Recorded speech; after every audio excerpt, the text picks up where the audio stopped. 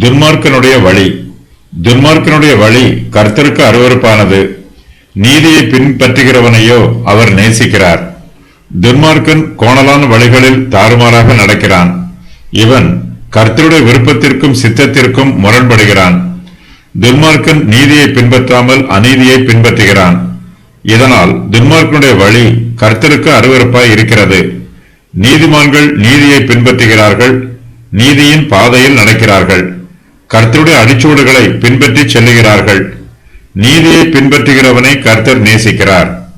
துன்மார்க்கனுடைய சிந்தையும் வார்த்தையும் செய்கையும் பாவம் நிரம்பியதாக இருக்கிறது. துன்மார்க்கன் மார்க்க ரீதியாக நேர்த்தியான பலிகளை செலுத்தினாலும் முன்னோர்களின் பாரம்பரியத்தை சரியாக கடைபிடித்து வந்தாலும் அவனுடைய இருதயத்தில் சுத்தமில்லாமல் அசுத்தமே நிரம்பி இருக்கிறது. துன்மார்க்கனின் இருதயம் அவனை அநீதியின் பாதையில் வழிநடத்தி செல்கிறது. அதன் முடிவு அழிவு.